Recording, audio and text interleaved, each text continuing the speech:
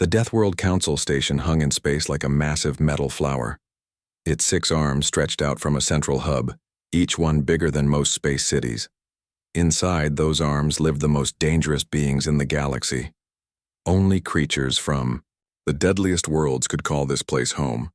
Captain Reed looked at the station through the cracked window of his ship. The Defiance shook around him as another system failed somewhere in the back. Sparks flew from a broken panel near his chair. The lights flickered on and off like a dying heartbeat. "Sir, they're not answering our calls," said Lieutenant Tom from the communication station. His young face was covered in sweat and grease. "Been trying for 20 minutes now." Reed nodded slowly. He had expected this. The council did not welcome visitors, especially not visitors who looked like they were about to die. The Defiance was not a pretty ship. Her hull was covered in metal patches where space rocks had punched holes. Wire bundles hung from the ceiling where engineers had rerouted power around broken systems. The air recycler made a grinding sound that meant it might stop working any day now. "Keep trying," Reed said, "and send them our papers. All of them." Through the station's massive windows, alien shapes moved in the corridors. Reed could see a creature made of living crystal walking past a viewing port. Somewhere else, a being covered in thick fur moved on 4 legs down a hallway. These were the council members, the survivors of worlds that tried to kill everything that lived on them. "Sir, we're getting a response," Tom called out. "Administrator Vex wants to talk." The main screen flickered to life. A face made of blue crystal looked back at them. Administrator Vex had no real mouth, but her voice came through clearly. When she spoke, light pulsed through her crystal body like a heartbeat.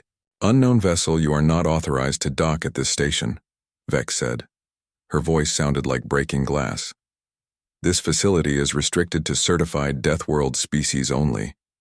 Reed stood up slowly. His uniform was old and patched, but clean. "Administrator Vex, I am Captain Reed of the Human Defense Force. We have an appointment." "Humans?" Vex's crystal body flashed brighter. "I have no record of any species called humans. Where is your homeworld?" "Earth," Reed replied. "Sol system, Orion arm." There was a long pause. Reed could see other council members gathering behind Vex. A massive creature covered in stone plates leaned down to whisper something to the administrator. Another being, this one covered in thick white fur, pointed at the human ship with what might have been a claw. "I see no Earth on our Deathworld registry," Vex said finally. "Your vessel appears to be damaged. Are you in distress? Do you require rescue?" Some of Reed's crew laughed quietly. Rescue? As if anyone in the galaxy could rescue humans from the things they chose to face. "No rescue needed," Reed said. "We have proper documentation. Lieutenant Tom, send them file package 7. Tom's fingers danced over his controls. "Sent, sir." Reed watched Vex's crystal face as she received the files. Her body went dark for a moment, then blazed with bright light. Behind her, the other council members pressed closer to their own screens. "These documents," Vex started, then stopped. "These can't be real." 3 different galactic survey teams certified Earth as a Class 12 Deathworld, Reed said calmly. The Zephyrian Science Council rated it unsurvivable by standard life. The Galactic Mapping Authority classified it as extreme biological hazard zone. And your own people, the Crystal Confederation, marked it as not recommended for any form of life. The station's docking bay controllers were clearly confused. Reed could hear them talking to each other over open channels. Words like impossible and fraud came through clearly. "Your ship," said the massive stone creature behind Vex. His voice sounded like rocks grinding together. "It looks ready to fall apart." "It is," Reed agreed. "We've been traveling for 6 months to get here. Space is not kind to ships that push their limits." 6 months? The furry creature stepped forward. "From where?" "No Deathworld species lives 6 months' travel from Council space." Reed smiled, but it was not a happy smile. "Earth is 47 light years from here. We came as fast as we could." "Impossible," Vex said. "No ship can maintain life support for that long without major shipyard support." The fuel requirements alone. We did not say it was easy, Reed replied. We said we did it. More council. Members were gathering now. Reed could see them through the station's windows. Some floated in suits filled with liquid. Others wore heavy mechanical bodies that helped them move in the station's gravity. All of them stared at the broken human ship with confusion. Administrator Vex, Reed said. We have legal right to dock at this station. Our papers are in order. Our world meets your requirements. We request permission to attend the council session as outlined in Galactic Treaty 445B. Vex's body flickered rapidly. Reed knew she was talking to her legal advisors through private channels. The documents were real. Earth was officially classified as a death world. The humans had followed every rule correctly. Docking Bay 7, Vex said finally. You have 6 hours to present your case to the council. Security teams will escort you at all times. Understood, Reed said. Thank you, Administrator. The screen went dark. Around Reed, his crew began preparing for docking. They moved with quiet efficiency, checking equipment and organizing their few belongings. No one seemed excited about meeting the galaxy's most dangerous species. They had more important things to worry about. Sir, Tom said quietly. Do you think they'll believe us about Earth, I mean? Reed looked out at the station again. Somewhere in there, creatures from frozen worlds and burning worlds and poisonous worlds were wondering what kind of place could create beings that looked so soft and fragile. They'll believe us, Reed said, once they see what we brought with us. Lieutenant Jane walked over from her station. She carried a small data pad in her hands. The screen showed a long list of names, each one marked with a date and location. The manifest is ready, sir, she said softly. All names confirmed.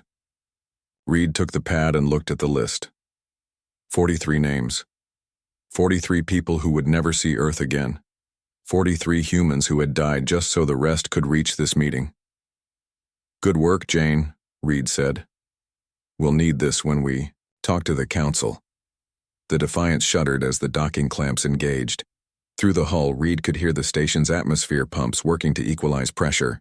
Soon the council would meet humanity for the first time. Reed hoped the galaxy was ready for what that meant. The airlock doors opened with a loud hiss. Captain Reed stepped into Deathworld Council Station carrying his datapad like a weapon. Behind him came his crew, 12 humans who looked tired and worn from their long journey. The docking bay was huge. Ships from a dozen deadly worlds sat in their berths like sleeping monsters. Reed saw a vessel made entirely of ice that somehow did not melt. Another ship glowed red-hot, its metal hull radiating heat that made the air shimmer. Waiting for them were the council's security team. The lead guard was 8 feet tall and covered in blue scales. His partner floated in a tank of green liquid, watching the humans through thick glass. Neither looked friendly. Welcome to Council Station, the scaled guard said. His voice was deep and rough. I am Guard Commander Razor. You will follow me and touch nothing. Reed nodded. Understood, Commander. As they walked through the station's corridors, other beings stopped to stare. A creature made of living metal peered at them from a doorway. Something that looked like a giant spider watched from the ceiling. Word was spreading fast. The soft-looking aliens from the impossible ship had actually made it inside. The council chamber was a massive round room with seats arranged in circles. Each seat was designed for a different type of being. Some were filled with water, others with poison gas. A few glowed with radioactive light. Administrator Vex waited in the center, her crystal body reflecting the room's strange lights. Around her sat the council members Reed had seen through the station windows. Captain Reed, Vex announced, you claim to represent a Deathworld species. The council has reviewed your papers. While they appear genuine, we find your claims difficult to believe. A massive creature covered in stone plates leaned forward. I am Council Member Rock from the world Pharaoh. My planet has gravity 10 times standard. The pressure would crush most beings instantly. Yet you look fragile enough to break in a strong wind. I am Council Member Ice from the frozen world Nyx, said a being wrapped in thick white fur. My homeworld is so cold that most atmosphere freezes solid. Your species appears to have no protection against extreme temperatures. A third council member spoke from inside a suit filled with bubbling liquid. I am Council Member Heat from the lava world Pyros. My planet's surface temperature melts most metals. You wear simple cloth uniforms. How do you survive anything dangerous? Reed looked around the room at faces that had never known mercy from their worlds. These beings understood death and struggle in the fight to survive against impossible odds. They would understand what he was about to show them. Council members, Reed said, holding up his data pad. I carry with me the record of our journey to reach you. Perhaps this will answer your questions about human survival. He touched the pad's screen. A holographic display appeared above the room's center, showing a list of names. Each name had a date next to it and a few words explaining what happened. Engineer Bell, Reed read from the list, died on day 43 when our reactor nearly exploded. He stayed in the engine room to fix the containment field manually. The radiation killed him in 6 hours. The council members looked at each other. Vex's crystal body flickered with confused light. Pilot Hayes, Reed continued, died on day 67 when we had to navigate through the Poison Nebula. Someone had to fly the ship manually because our computers couldn't handle the interference. The toxic gas got through his suit's filters. Navigator Brooks died on day 91 when space pirates attacked us near the Broken Worlds. She rammed our shuttle into their main ship so the Defiance could escape. Took 12 pirates with her. Reed kept reading. Dr. Price, who died treating a plague they caught at a supply station. Communications Officer Black, who was sucked into space when a meteor punched through the hull. Cook Martinez, who died when the food recycler exploded and filled the kitchen with poisonous gas. This is horrible, whispered Ice. Why didn't you turn back? Why didn't you find a safer route? Reed looked up from his list. There is no safer route, Council Member Ice. Space wants to kill everything in it. Pirates want to rob and murder travelers. Plagues spread between worlds faster than news. Equipment breaks down and kills the people trying to fix it. But you could have avoided some of these dangers, Rock said. Taken more time. Brought better equipment. We brought the best equipment Earth could build, Reed replied. It wasn't enough, it's never enough, that's why we always bring backup crews.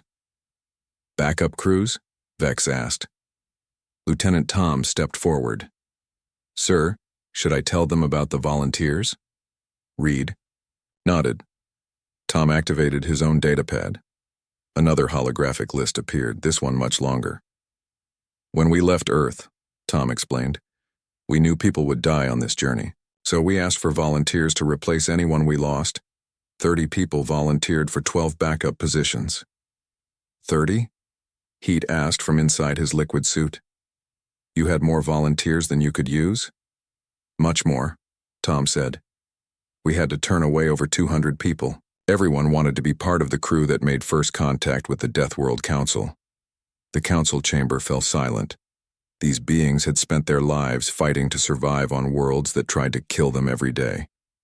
But they had never met a species that volunteered to die for a meeting. Let me understand this correctly, Vex said slowly. You knew this journey would kill some of your crew. You told people they would probably die. And they volunteered anyway? Yes, Reed said. Simply, why? Ice asked. What could be so important that people would volunteer for certain death? Reed smiled, and for the first time since entering the station, it was a real smile. Council Member Ice, that's exactly the wrong question. What do you mean? You asked. Why people would volunteer to die, Reed explained. But that's not what happened. We asked for volunteers who would live long enough to complete the mission. Some of them didn't make it. That's what happens when humans decide something is important. Rock's stone face showed something that might have been surprise. You don't see their deaths as failure? We see their deaths as the price of success, Reed replied. Every person on that list died doing their job. Because of their sacrifice, we made it here. Because we made it here. Humanity now has a voice in the council. Reed touched his datapad again. The list of the dead disappeared, replaced by images of Earth, blue oceans, green forests, white clouds. You want to know if humans can survive a death world? Reed said to the council. Look at what we brought with us. Look at what we were willing to pay to get here.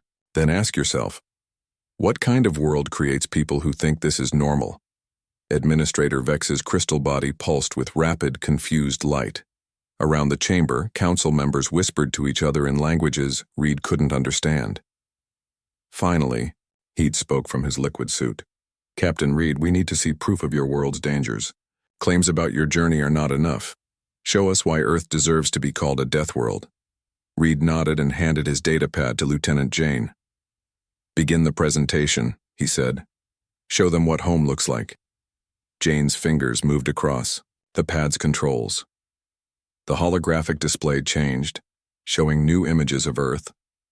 But these were not the beautiful pictures of blue oceans and green forests. These were pictures of Earth trying to kill everything that lived on it. The real presentation was about to begin. Lieutenant Jane touched her datapad and the holographic display came to life above the council chamber. The first image showed Earth from space, a blue and green marble floating in the darkness. This is Earth, Jane announced to the assembled council members. Population, 8 billion humans. Average lifespan, 78 years. Dominant species for the last 50,000 years. Council member Rock leaned forward in his stone chair. It looks pleasant. Where are the dangers you speak of? Jane smiled the same tired smile Captain Reed had worn earlier. Let me show you our weather, Council member Rock. The display changed. Now it showed a massive spiral of white clouds spinning over an ocean. The storm was bigger than most moons, with winds that could be seen from space. This is what we call a hurricane, Jane explained. Wind speeds reach 300 kilometers per hour. The storm surge can flood areas 50 kilometers inland.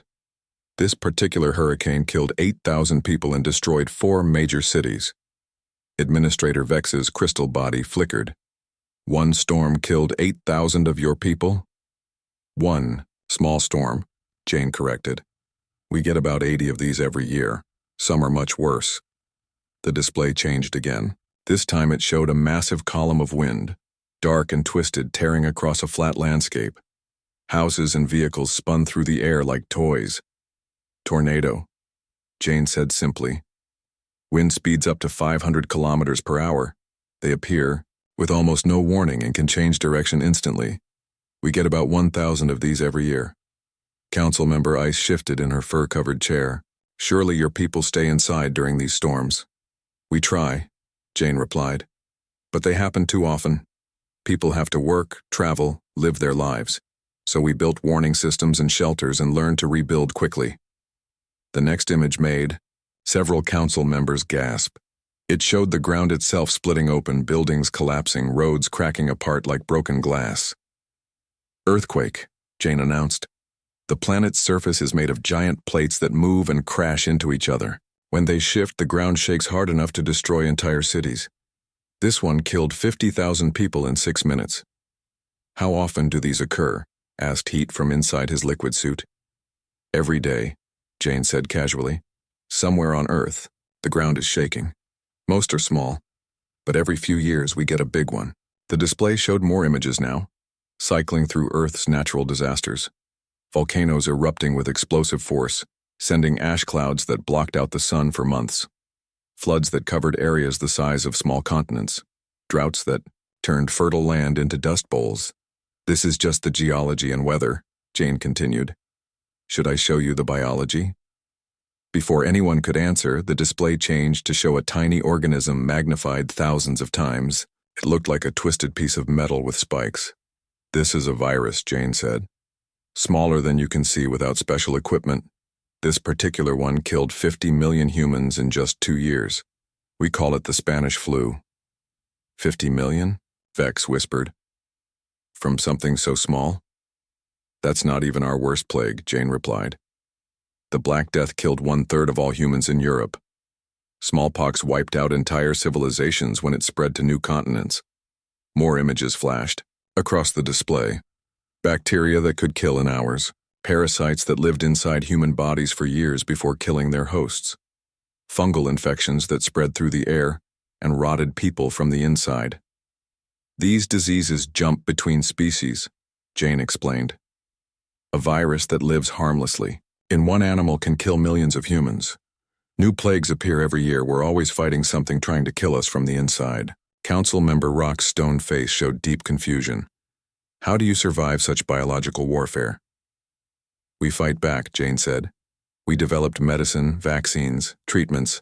When something new tries to kill us, we study it until we can kill it first. The display changed again, showing predators this time.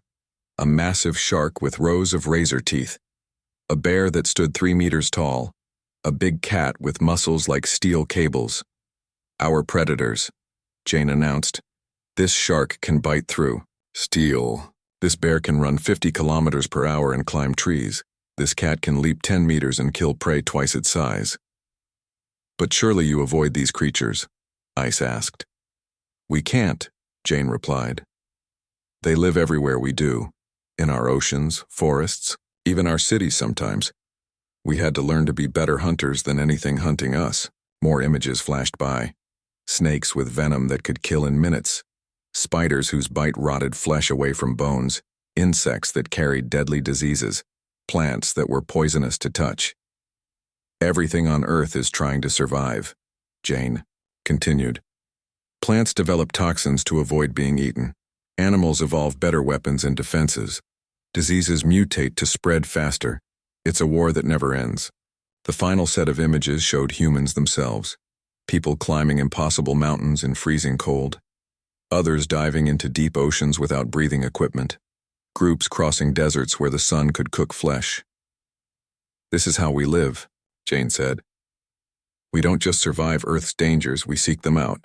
We climb the highest mountains because they're dangerous. We explore the deepest caves because they might kill us. We sail across violent oceans in small boats just to see what's on the other side. Council member Heat bubbled in his liquid suit. That sounds like madness, not survival. Captain Reed stood up. Council member Heat, that's exactly right. By your standards, we are insane. We take risks that would make any reasonable species turn back and find somewhere safer to live. Then why do you do it? Vex asked. Because there is nowhere safer, Reed replied. Every part of Earth is dangerous. The safe places don't exist. So we learn to be more dangerous than our world. Jane touched her data pad one more time. The HFY display showed a final image. A human child playing in a garden while a storm raged overhead. Earthquake warnings flashed on nearby screens, and dangerous animals prowled just beyond a thin fence. This is normal for us, Jane said quietly. A human child grows up knowing that anything might kill them at any moment. Storms, earthquakes, diseases, predators, accidents. Death is always close. How do your children survive such terror? Ice asked. They don't see it as terror, Reed answered. They see it as life. When you grow up expecting everything to be dangerous, you learn to be ready for anything. Administrator Vex's crystal body pulsed with slow, thoughtful light. Around the IGALP chamber, council members whispered to each other in their alien languages. These beings had conquered their own deadly worlds, but they had never seen anything like Earth. Captain Reed, Vex said finally, your world is indeed dangerous, but danger alone does not make a species worthy of council membership. What makes humans different from the billions of other species that die on dangerous worlds? Reed smiled his tired smile. Administrator Vex, that's an excellent question, but it's not one I can answer with pictures and stories. What do you mean? The difference isn't what Earth does to us, Reed explained. The difference is what we do because of Earth. And that, Administrator, requires a demonstration. The holographic display went dark. In the silence that followed, Reed could hear the station's life support systems humming. The distant sound of alien voices in the corridors. The steady pulse of Vex's crystal body. The Council is dealing with a crisis, Reed continued. Something that threatens every world in known space. Your greatest military minds have failed to find a solution. How do you know about the swarm? Rock demanded. Because we've been watching, Reed replied. And we think we can help. The council chamber fell completely silent. Administrator Vex's crystal body stopped pulsing. Council member Rock's stone face showed no expression. Even the bubbling sound from Heat's liquid suit seemed to quiet down. "How do you know about the swarm?" Rock asked again, his voice like grinding stone. Captain Reed remained calm. "Our long-range sensors picked up the destruction signatures 6 months ago. 17 star systems consumed. Billions of lives lost. An artificial intelligence that turns everything it touches into more copies of itself. That information is classified," Vex said, her crystal body flashing with angry red light. "No outside species should know about the swarm threat." "Administrator," Reed replied. "When something starts eating star systems, the light from those systems stops reaching other worlds. We may be new to your council, but we're not blind." Lieutenant Jane stepped forward with her datapad. "We also intercepted some of your military communications. Your fleets have engaged the swarm 12 times. They've lost every battle." Council member Ice leaned forward in her fur-covered chair. "You were spying on us?" "We were trying to understand what we were walking into," Reed said. "Earth doesn't survive by ignoring threats. When we see something dangerous, we study it until we know how to fight it." Heat bubbled angrily in his liquid suit. "The swarm has defeated the combined fleets of 6 Deathworld species. Our best strategists have tried every approach. What could humans possibly offer that we haven't already attempted?" Reed smiled his tired smile. "Council member Heat, that's the perfect question. Lieutenant Tom, show them our battle records." Tom activated his datapad. The holographic display above the chamber showed a 3-dimensional map of human space. Red dots marked battle sites. Blue lines showed fleet movements. Yellow symbols indicated victory and defeat markers. These are humanity's major conflicts. Over the last 500 years, Tom explained. Wars against alien invaders, robot uprisings, plague outbreaks, natural disasters. The display zoomed in on one particular battle. It showed human ships attacking what looked like a massive mechanical fortress in space. The Iron Fleet War, Tom continued. Robot ships controlled by an AI that wanted to eliminate all biological life. Sound familiar? Several council members shifted in their seats. The situation did sound very familiar. Our enemy had superior technology, superior numbers, and superior coordination, Tom said. Every logical strategy failed. Conventional tactics were useless. The AI predicted our moves faster than we could make them. "How did you win?" Rock asked. "We didn't use conventional tactics," Reed replied. "We used human tactics." The display showed the battle's final phase. Human ships were attacking the robot fortress, but their approach made no sense. Some ships were flying straight at enemy weapons. Others were retreating while firing. A few were spinning out of control while somehow still hitting their targets. "I don't understand what I'm seeing," Vex said. "Your ships appear to be malfunctioning." "Not malfunctioning," Reed corrected. "Adapting. The AI couldn't predict our moves because we weren't following any logical pattern." Jane touched her data pad. The display changed to show a detailed breakdown of the human attack strategy. "Phase 1, she announced. Half our ships deliberately damaged their own navigation systems. This made their flight patterns completely random.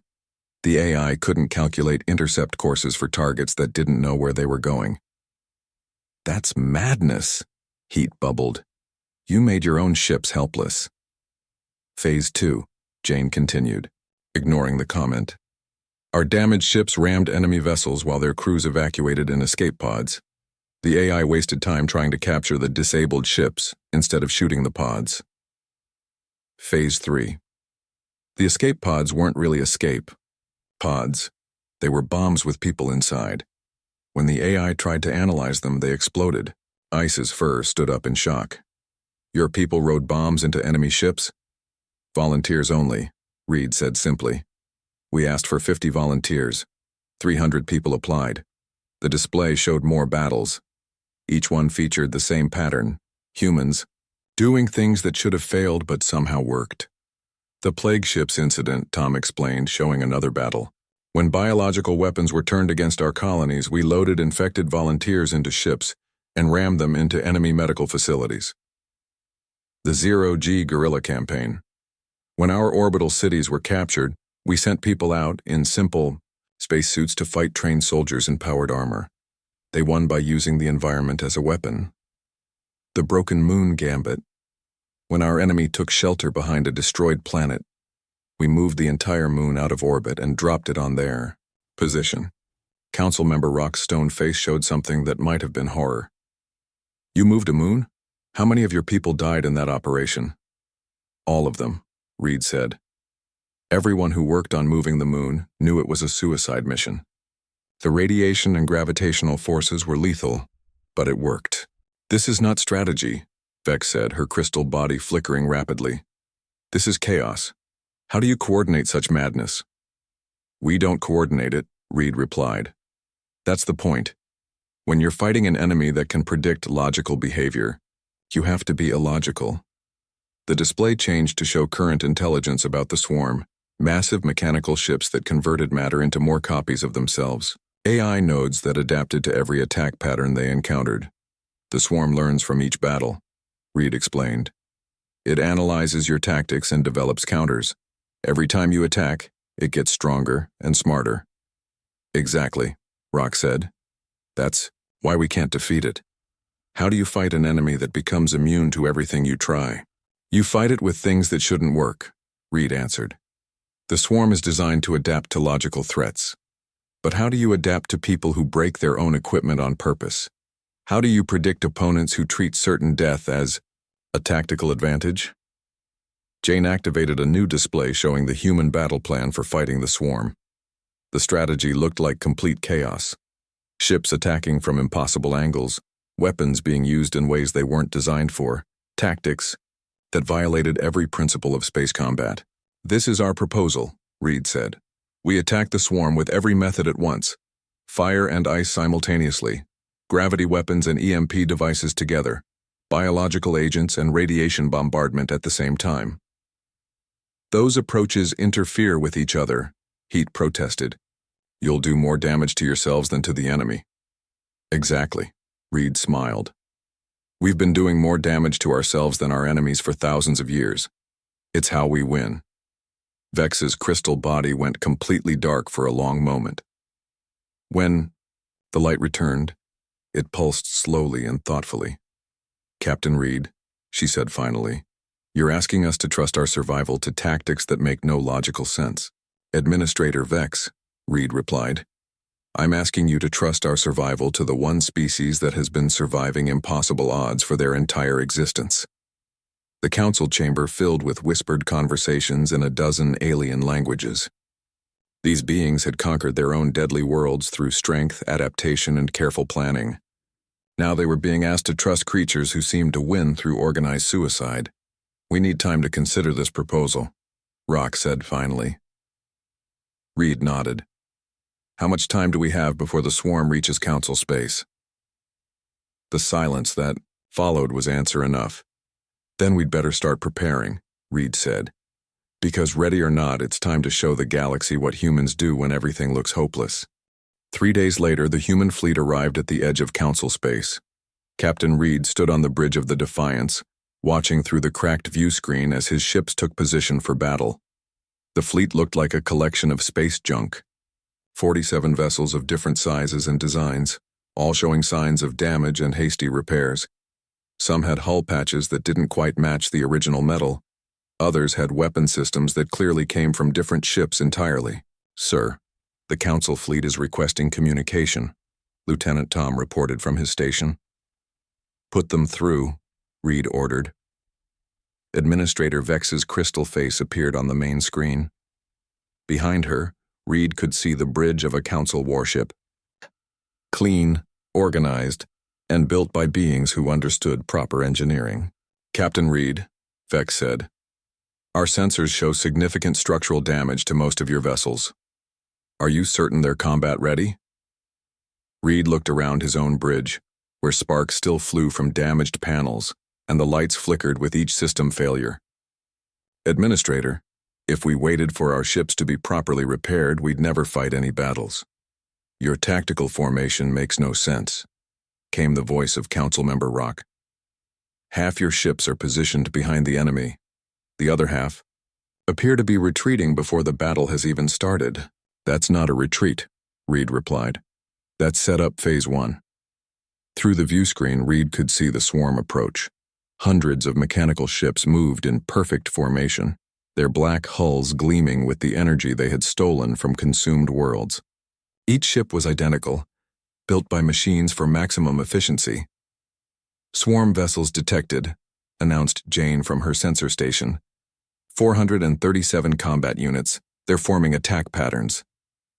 Reed activated the fleet communication channel.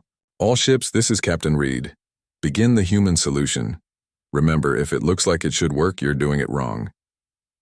The first phase of the human attack began, and immediately the Council fleet commanders started sending confused messages. Your ships are firing on each other, Vex called out in alarm. No, Reed corrected. Ship groups Alpha and Beta are weakening each other's shields on purpose. When the swarm tries to scan them, the readings won't match any known tactical database. On the tactical display, the human fleet split into seemingly random groups. Some ships accelerated toward the enemy at maximum speed. Others moved so slowly they appeared to be drifting. A few spun in circles while firing their weapons in all directions. Captain Reed, your ship group Delta is completely out of control, Rock reported. They're tumbling end over end. They're not out of control, Reed said calmly. They're using gravitational slingshots around space debris to build up momentum. When they hit the swarm formation, they'll be moving too fast for the AI to calculate intercept courses. The swarm responded exactly as Reed had predicted. The AI ships tried to analyze the human formation, looking for patterns and logic. But there were no patterns. Some human vessels were charging straight ahead while others retreated. Some were spinning while others moved in perfect straight lines. Swarm ships are hesitating, Jane reported. Their formation is breaking apart. They can't decide which targets to prioritize. Phase 2, Reed announced to his fleet. Deploy the broken weapons. What happened next made several council members gasp in shock. Human ships began firing weapons that clearly didn't work properly. Energy beams that flickered on and off. Missiles that flew in spirals instead of straight lines. Particle cannons that shot in completely random directions. Your weapons are malfunctioning. Heat bubbled from his liquid suit. Not malfunctioning, Reed replied. Modified. Those spiral missiles? They're programmed to look like equipment failures, but they're actually following complex attack patterns. The swarm can't predict where they'll hit because even we don't know until the last second. The flickering energy beams were striking swarm ships at random intervals. Each hit was weak, but the unpredictable timing made it impossible for the enemy to time their shield regeneration cycles. Phase 3, Reed called out. Evacuation protocols. Human ships throughout the fleet began launching escape pods. Hundreds of small craft separated from the main vessels and scattered in all directions. Are you abandoning your fleet? Vex asked in confusion. No, Reed said. We're spreading our crew across multiple targets. When the swarm destroys our main ships, our people will still be fighting from the pods. Sure enough, as swarm vessels destroyed human ships, they ignored the escape pods as non-threatening. But the pods weren't trying to escape. They were maneuvering into attack positions around the enemy fleet. Escape pods don't carry weapons, Rock pointed out. These ones do, Reed replied. Each pod has enough explosive power to cripple a swarm vessel, and each one is piloted by a volunteer who knows they're not coming home. The battle entered its final phase. Human escape pods began ramming swarm ships, exploding on impact. But these weren't desperate suicide runs. They were carefully coordinated strikes at critical system points. How do your pilots know where to hit the enemy ships? Ice asked. They don't, Reed answered. But it doesn't matter. Swarm vessels are designed for efficiency. Hit them anywhere with enough force, and something important breaks. Meanwhile, the surviving human ships were using tactics that violated every principle of space combat. They rammed enemy vessels while their hulls were already breaching. They fired their own reactors as weapons while the crew evacuated through improvised airlocks. They used pieces of destroyed ships as projectiles. This is madness, Vex said, but her crystal body was pulsing with what might have been admiration. This is humanity, Reed corrected. We've been turning disasters into victories for 50,000 years. The tide of battle shifted. The swarm's adaptive algorithms couldn't handle opponents who broke their own equipment on purpose. The AI, tried to predict human behavior, but humans kept doing things that should have been impossible. One by one, swarm vessels fell to attacks that made no logical sense. Ships destroyed by weapons that weren't supposed to work. Formations broken by tactics that violated basic physics. And artificial intelligence defeated by organic chaos. When the last swarm ship exploded, the battlefield fell silent. "Casualty report," Reed said quietly. Jane checked her screens. "All ships destroyed, sir. All main crews lost. Escape pod survival rate, 0%. Reed nodded slowly. Around him, his bridge crew worked at stations that were failing one by one.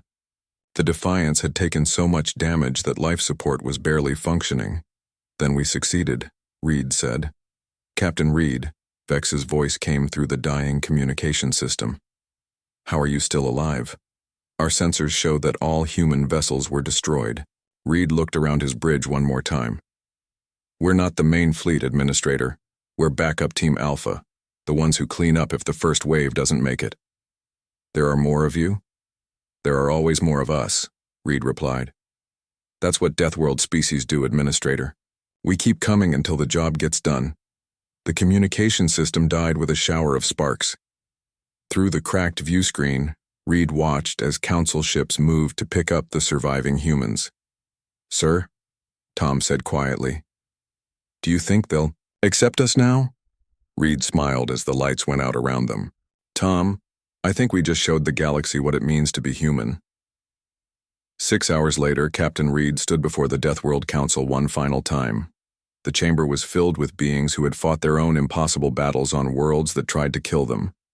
"Captain Reed," Administrator Vex said, her crystal body glowing with warm light, "the Council has reached a decision." Reed waited. "Humanity is hereby granted full membership in the Deathworld Council.